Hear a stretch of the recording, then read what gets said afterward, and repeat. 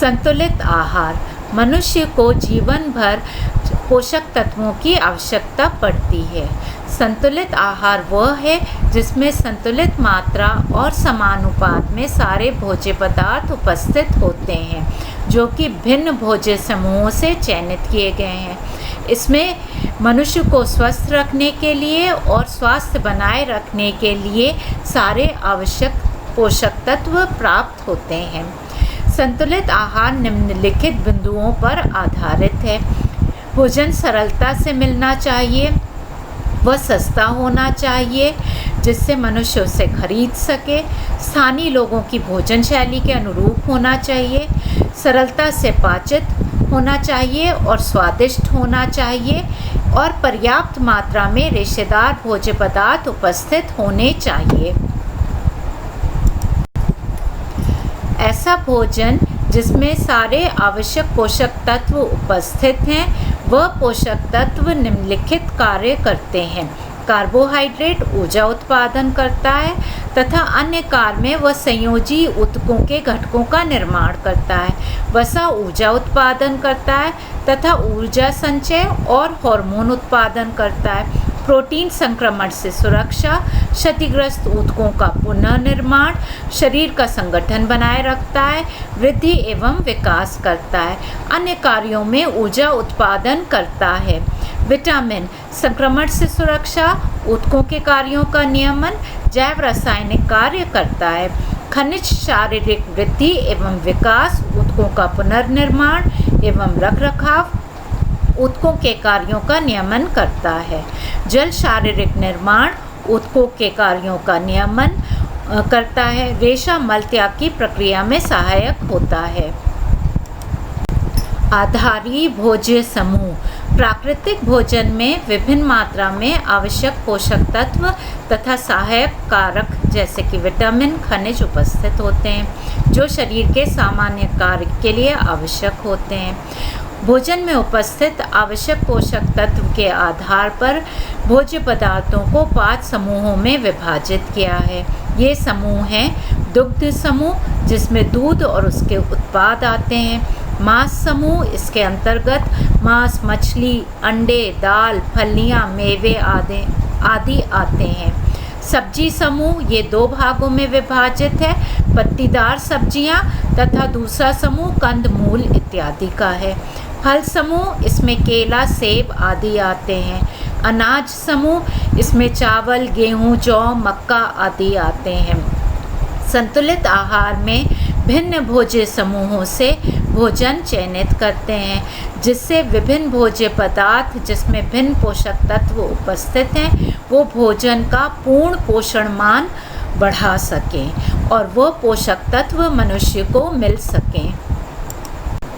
संतुलित आहार का नियोजन, ये इस आधार पे होना चाहिए: आयु, लिंग और कैलोरी की आवश्यकता।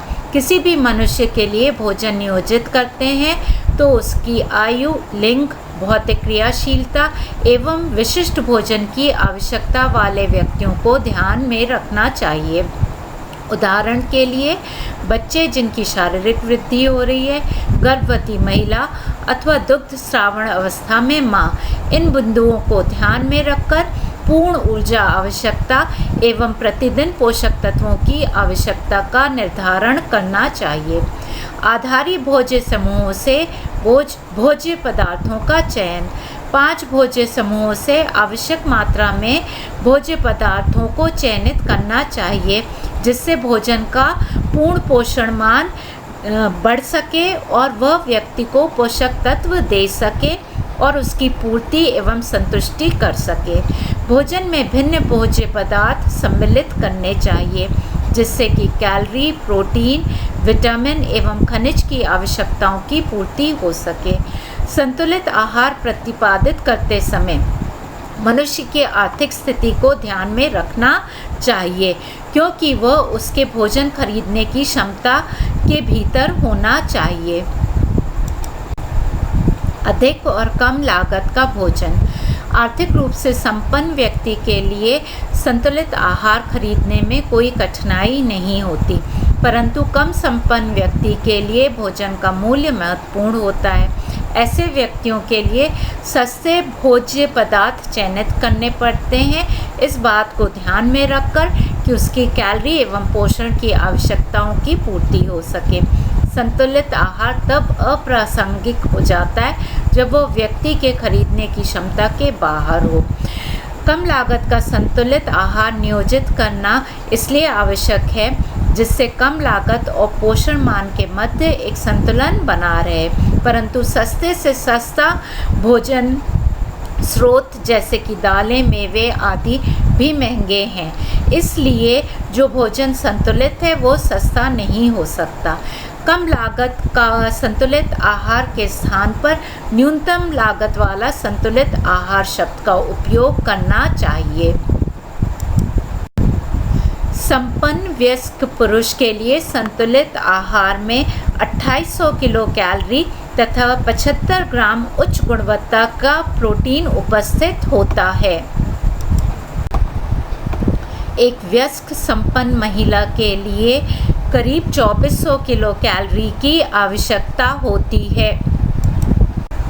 न्यूनतम लागत वाला संतुलित आहार वयस्क पुरुष के लिए जो सामान्य प्रकार का कार्य करता है, उसके न्यूनतम लागत वाले संतुलित आहार में निम्नलिखित पदार्थ होने चाहिए: अनाज 285 ग्राम, दालें 100 ग्राम, हरी साग सब्जियां 200 ग्राम, आलू 200 ग्राम, कोलोकेसिया 100 ग्राम, मूंगफली 50 ग्राम, अंकुरित काला चना 50 ग्राम, तेल 35 ग्राम, शक्कर 35 ग्राम। ऐसा भोजन 2700 किलो कैलोरी और 80 ग्राम पादप स्रोत की प्रोटीन देता है।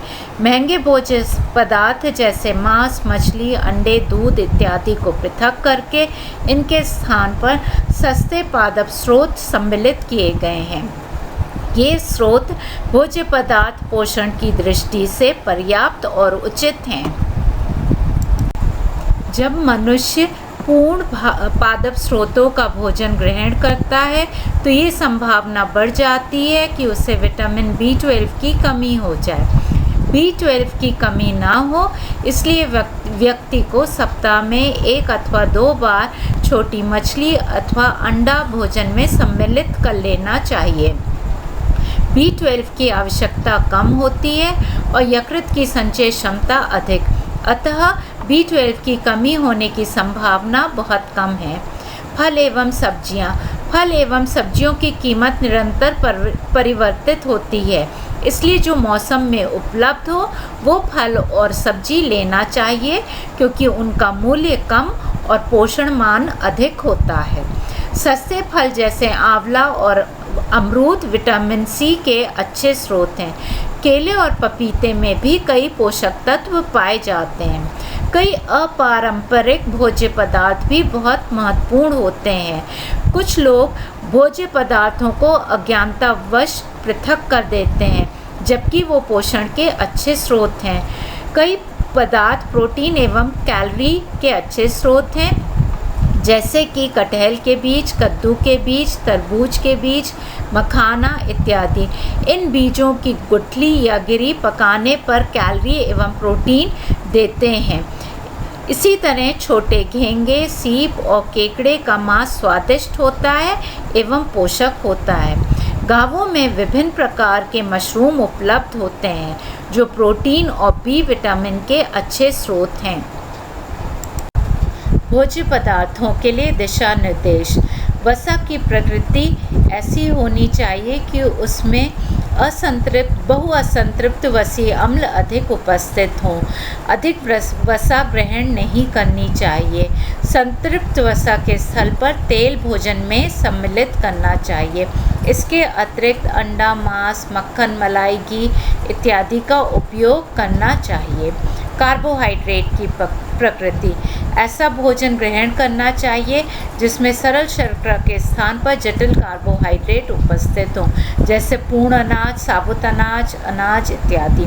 रेशेदार भोजन सम्मिलित करना चाहिए, जैसे कि सब्जियां, फल, फलियां, मेवे इत्यादि। अधिक कैलोरी नहीं ग्रहण करनी चाहिए। भिन्न प्रकार के भोज्य पदार्थों को सम्मिलित करना चाहिए, जिससे आवश्यक पोषक तत्वों का अंतर्ग्रहण बढ़े। अधिक नमक नहीं लेना चाहिए। यदि व्यक्ति अल्कोहल ग्रहण करता है तो सीमित मात्रा में करना चाहिए, अन्यथा वह हानिकारक है, जिससे फैटी लिवर, लिवर सिरोसिस तथा तंत्रिका तंत्र संबंधित रोग हो सकते हैं। पोषण पर्याप्तता। अच्छे भोजन नियोजन से पूर्ण परिवार की पोषण आवश्यकताओं की पूर्ति होती है। इस उद्देश्य की पूर्ति तब होती है जब प्रतिदिन विभिन्न भोज्य समूहों से भोजन चयनित किया जाए। प्रत्येक भोजन में निम्नलिखित भोज्य पदार्थ उपस्थित होने चाहिए।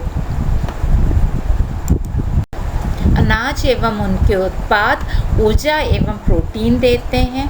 दाल, दूध, अंडे, मछली और मांस प्रोटीन, बी विटामिन एवं खनिज देते हैं। सब्जियां एवं फल विटामिन ए, विटामिन सी, खनिज एवं रेशे देती हैं।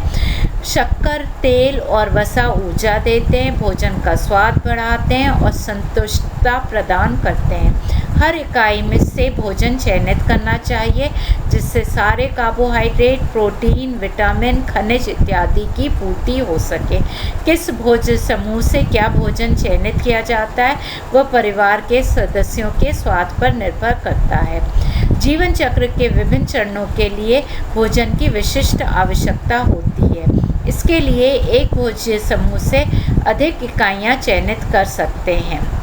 उदाहरण के लिए किशोर अवस्था में 6 इकाइयाँ द्वितीय समूह से चाहिए होती हैं, क्योंकि उसे वृद्धि के लिए प्रोटीन की आवश्यकता होती है, जबकि वयस्क व्यक्ति को समूह 2 से केवल 3 इकाइयों की आवश्यकता होती है। इसी तरह सलाद में तेल का उपयोग अधिक मोटे व्यक्ति के लिए नहीं करना चाहिए, परंतु अन्य सदस्यों के लिए उपयोग में लिया जा सकता है।